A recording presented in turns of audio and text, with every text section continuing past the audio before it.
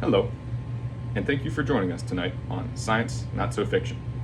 Please do not mind the backdrop or any noises that you may hear during tonight's episode, as our studio is undergoing some renovation.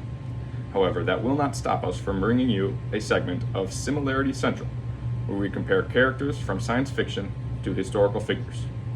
Tonight, we will be comparing perhaps one of the most controversial figures in American history with the most infamous villain in all of science fiction. When you think of the Civil War, you may think of the Confederacy.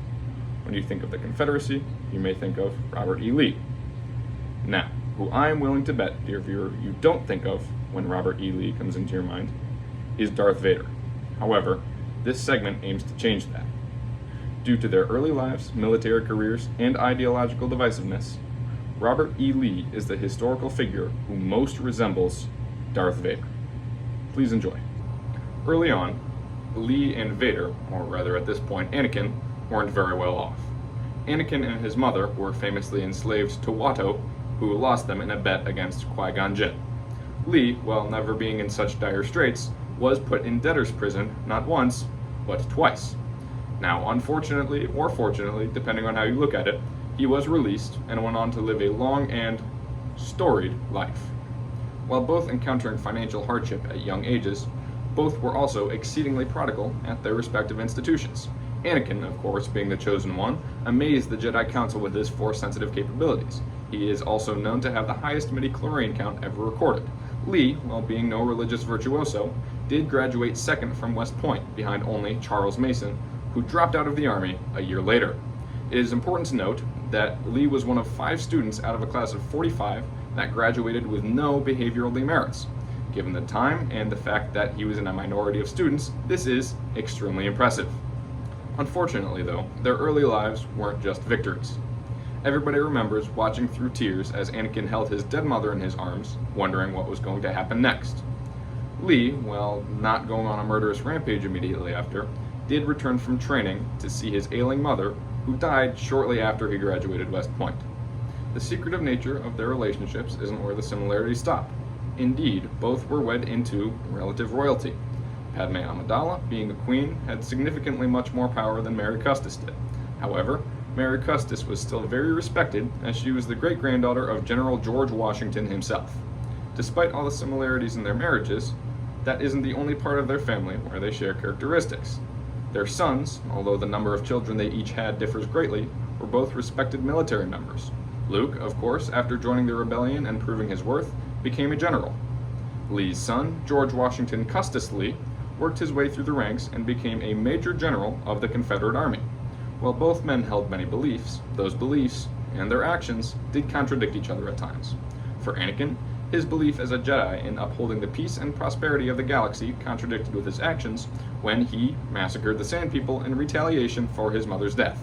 For Lee, this disconnect arose from his opinions versus his actions regarding slavery. Lee, while being sympathetic to slaves and understanding that slavery was immoral, still exacted harsh punishment on the slaves that he inherited from his father-in-law. It goes without saying that they were both very successful in their respective militaries. Early on, Anakin was able to secure victories in Geonosis at the start of the Clone Wars. This, of course, launched him into his innumerable campaigns against the Separatists. Lee, under Major General Winfield Scott, was able to secure several wins in the Mexican-American War, gaining quite a bit of land for the U.S. Unfortunately, neither of their opinions about the institutions that made them remained high for very long. Anakin, in a famous speech to Obi-Wan, said he felt the Jedi Order was corrupt and it needed to be changed. Lee, much harsher in his judgment, called West Point a snake pit after being appointed superintendent of the academy. He, much like Anakin, felt disillusioned with the institution and its politics, and he felt that it had lost sight of what it originally was meant for. In their lives, both men had to make decisions that would alter history forever. Because of the manipulation of Darth Sidious and the wrath upon hearing about the death of his wife, Anakin became the boogeyman of the Empire, Darth Vader. Lee, on the other hand, chose to turn his back on the country that he swore to protect. Many speculate on the reason for this, but the long and short of it is that he perceived the North to be aggressing against the South and wanted to protect his home state of Virginia. Shockingly, neither were strangers to putting down rebellions. Vader, as luck would have it, was fighting against a force that literally called themselves the Rebellion. While their clashes are too numerable to name, notable instances include Vader's destruction of Echo Base on Hoth elimination of rebel forces on Scarif, and the capture of rebel figurehead Han Solo on Bespin.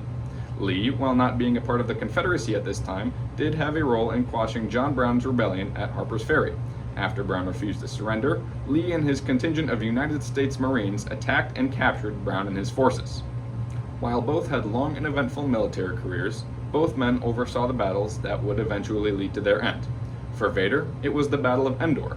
At this battle, the second Death Star was destroyed and Palpatine was defeated. Vader, of course, redeemed himself and successfully passed into the netherworld of the Force. However, he did see the end of the Empire as he knew it.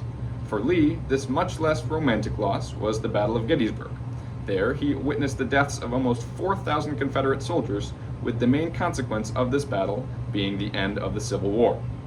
Overall, the two men are remarkably similar. While George Lucas almost certainly wasn't thinking of Robert E. Lee as he was creating Darth Vader, the characteristics they share are impossible to ignore. They both had similar struggles in their early lives, they both were seasoned military members, and they both disagreed ideologically with others and themselves. Thank you for watching, and have a good night.